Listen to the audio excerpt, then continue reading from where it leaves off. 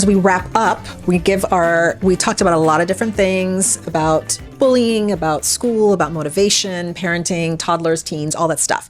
And I want to end is with 2 questions for all of us that we can answer in little snippets.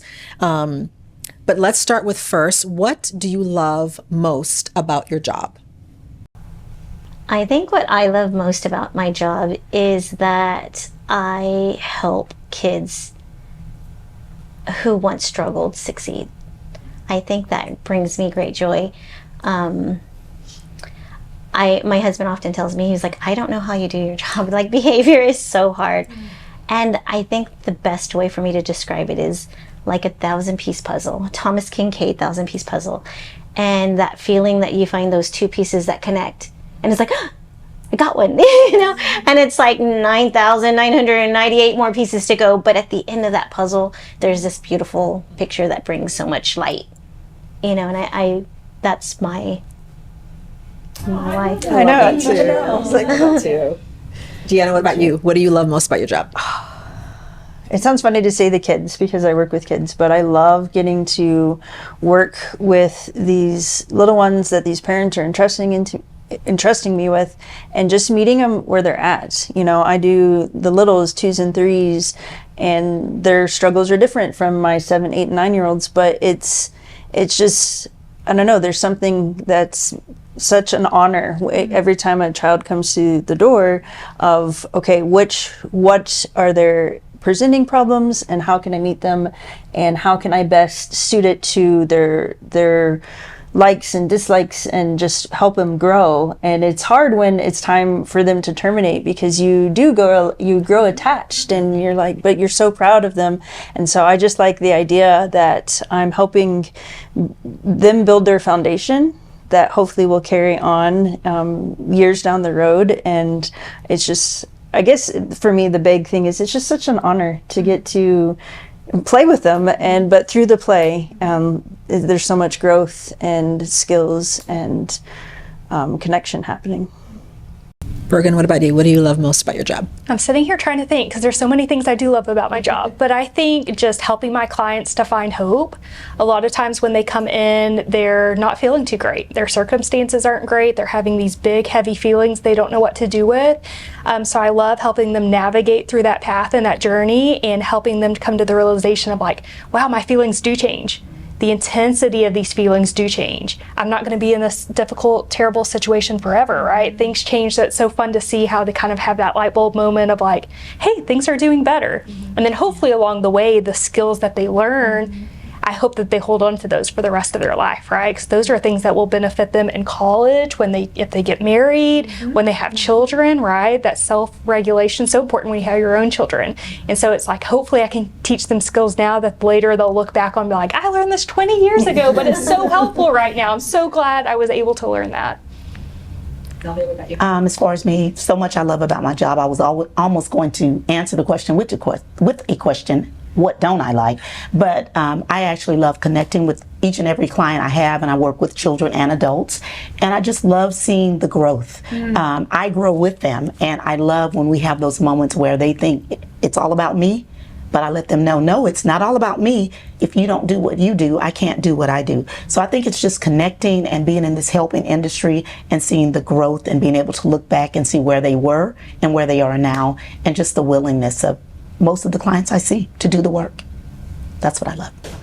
Yep, most of mine is a lot of what she said, but the other piece of it, and this is going to sound so weird, is the language exchange. What I mean by that is they keep me young, right? So they teach me all these words that I am now able to translate when I'm with other teenagers. I go home and I'm like, okay, what does this mean? Or ask my clients, what does this mean? And they teach me. So I still learn so much every time I meet with a client. But I think most of it is what you said, the growth, right? And I often take time to purposely say, I need you to think about where you're at. When we started meeting 6 months ago, this is where you were, and look where you're at now. And genuinely being able to celebrate the growth and the success and just the change in their perspective and reframing, like it just, It brings me joy. And I've gone home and I've told my husband, that's how I know I'm doing what I'm supposed to be doing. Because afterwards, I don't feel tired. I feel invigorated. I feel rejuvenated. I feel excited about the conversation I just had. So what I love most about my job is being able to instill acceptance and love and hope in other people. And I work with 15 to 85. And I love being able to work with someone who doesn't feel valued, doesn't feel accepted, doesn't feel like they matter, and being able to come in just how they are, feeling difficult, feeling ostracized, feeling marginalized, and just feeling like I'm accepting them exactly where they are, but not allowing them to stay there. And to be able to give them the hope that that's within me that I feel like that they need as well too. So I love to see that. I love to see someone come in feeling hardened and beaten down, and then see that softness come. And so I love that. And I feel the same way, Angie. I feel like as I'm working, I don't feel like it's a job. I feel very invigorated. I feel very excited and energized by it as well too. So, all right. So the last question, what is the best parenting advice you ever gave or received? I think my favorite piece of parenting advice is to not punish or discipline mistakes, right? Mistakes are mistakes.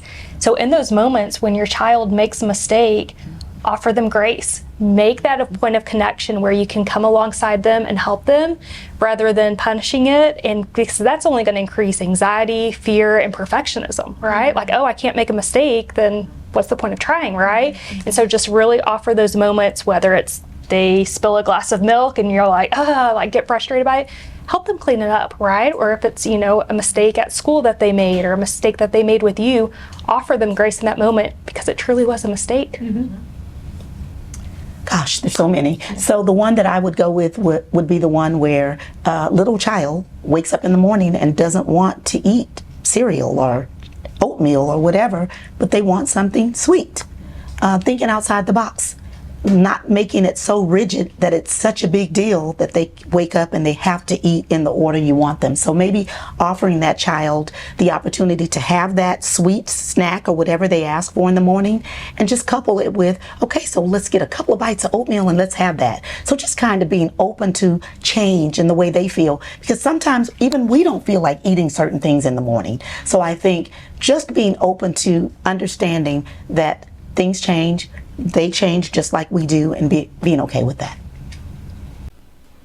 I think my two pieces are, number one, and I said this earlier, they're not doing it at you, right? So whatever the behavior is, whatever the tone is, a lot of times it's not about you.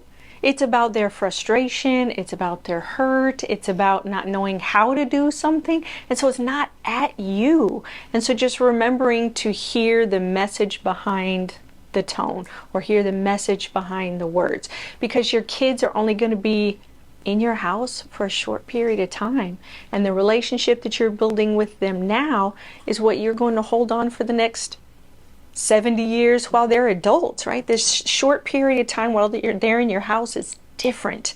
And so looking at it like, this is now, what's going to happen later. I want to build this relationship. I want to build this safety. And the second thing is take care of yourself. Parenting is hard. And so you have to model for your kids what it looks like to take care of you so that you can be that source for them. So you can be patient, so you can be kind, so you can be understanding. Because if you are burning at both ends, then you don't have the capacity to be the parent for them that you want to be.